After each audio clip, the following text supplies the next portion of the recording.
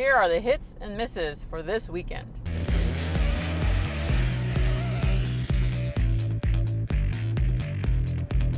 4 new movies premiere this weekend, 2 from major studios and 2 indies. We'll discuss the major studio releases. Of course, if you haven't heard, Maleficent, Mistress of Evil, the sequel, is opening this weekend. Stars Angelina Jolie, Elle Fanning, Michelle Pfeiffer joins the cast. The reason I call it a true Disney fairy tale is because it's got all the elements that made the classics great. Like cute little animals. You have the Princess Aurora, which I just love her in this film, played by Elle Fanning. I just think she captures the essence of a Disney princess. She's got this innocence, but she's not naive. She's not a pushover. And she does a bit of her own saving in this one. And it just felt like a real Disney fairy tale, live action version of it. And I think the director, Joachim Ronning, I think is how you pronounce his first name, he's Norwegian, I think just really captured that essence, whereas in the first one I don't think it was so much of a fairy tale but a dark tale, which I'm sure some people like, but I think for families and with children it's a bit dark. I mean, I like that about it. And I like the fact that it's totally original. It's not based on any of the original cartoons except for just the 2 characters, Princess Aurora and Maleficent. So I think that makes it original. So I would recommend it. I really enjoyed it. I think kids will really, really enjoy it because of all the visuals that are there and the funny little moments with the cute animals. I just thought it was really a great family film. And of course, if you're a fan of Angelina Jolie and Elle Fanning and Michelle Pfeiffer, you're not going to be disappointed. Those women were powerhouses in this movie, and they all were strong in different ways. And I really like that about the script, because a lot of times when you have multiple characters, they tend to blend in together. But I think they did a really, really good job of defining each of them, and all the characters, they all had a purpose. So, and I thought it was, just enjoyable overall. Okay, the next one will be an indie film. We're talking Jojo Rabbit from Fox Searchlight. It's directed and stars Taika Waititi. He was the director behind Thor Ragnarok, and he did a lot of quirky films, or like 1 or 2 quirky films back in his homeland of New Zealand. And I really like this guy. He's just so funny, and he's got a lot of personality, and he's very quirky, as you saw from Thor Ragnarok, and I hear his early films, indie films, are the same. And in Jojo Rabbit, I went in not knowing what to expect, because you have Hitler. He's playing Hitler, Adolf Hitler, during World War II.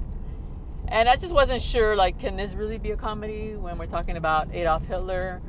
But I think he pulled it off. Let me explain what the film's about. So there's this young boy, and he's sort of a Boy Scout. They have like a Boy Scouts group, but they're preparing them to be Hitler's little army. So of course they're getting the rhetoric about the Jews and being them being the inferior race and so forth. And since he admires Hitler so much, his imaginary friend is Adolf Hitler, played by the director. And so he's egging him on, saying, you can do it, you can do it. And because he's a young, small boy, smaller in stature, and he really is innocent. And he's trying to be this soldier that Adolf Hitler is describing, and the scouts at the camp are describing. But you can see it's just not in him. He's just repeating what he hears. And I like the fact that they did that. That he doesn't actually believe in these things, but it's just a matter of repetition. The actor who plays Jojo is Roman Griffin Davis, and he was absolutely adorable. He was so good. And you have to be this, to have sympathy for him, because he is joining Hitler's young army. So you're a little hesitant on having him be the hero of the story.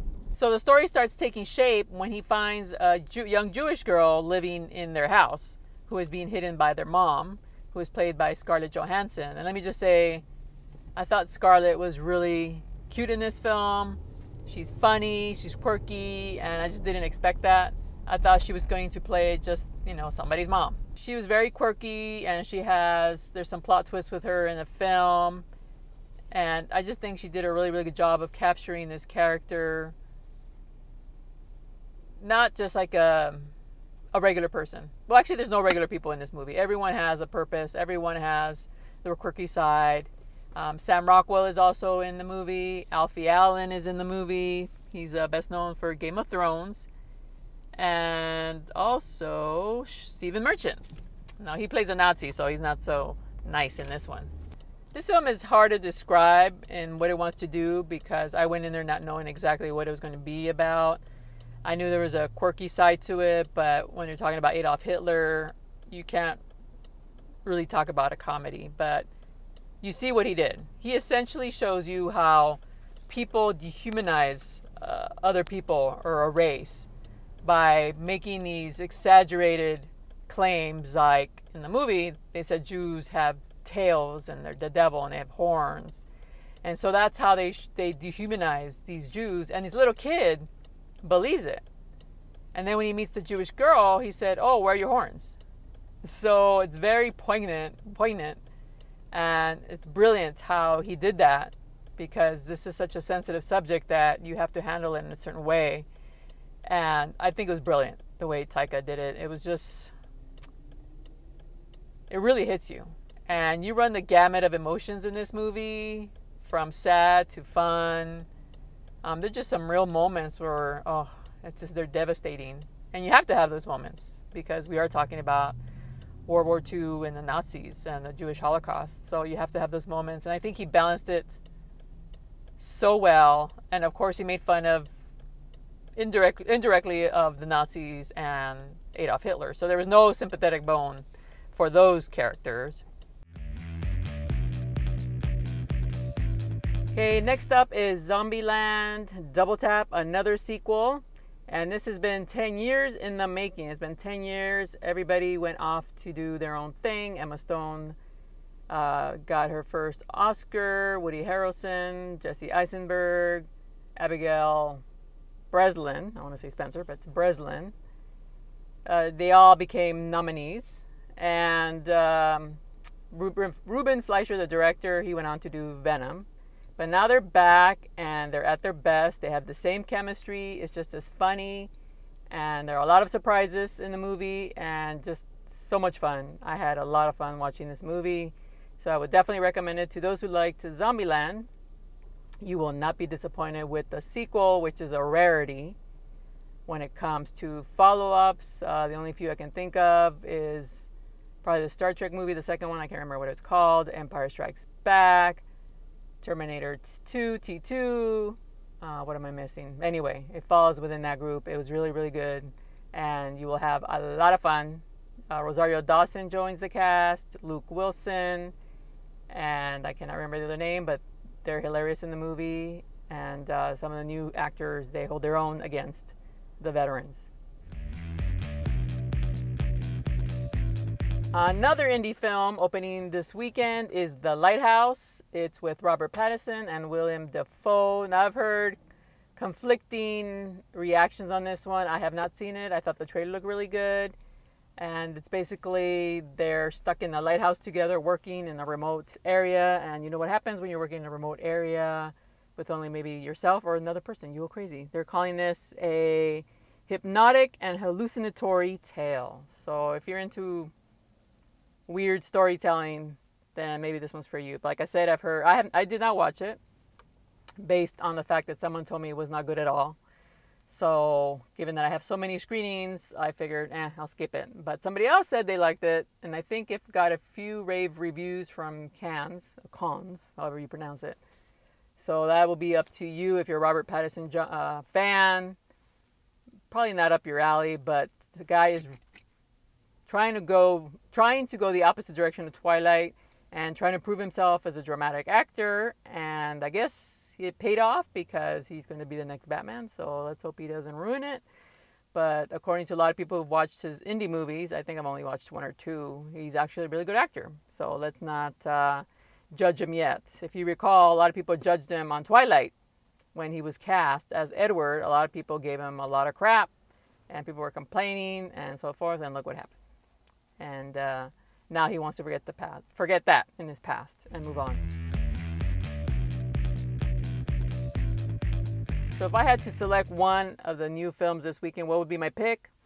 That's going to be a hard one because, let's see, Zombieland and Jojo Rabbit, that falls into the quirky category. I really liked both of them. If you want big blow-em-up action, then it's Zombieland. Jojo Rabbit is more of a personal experience, and it's very sweet, and there's a lot of dark moments in that one as well.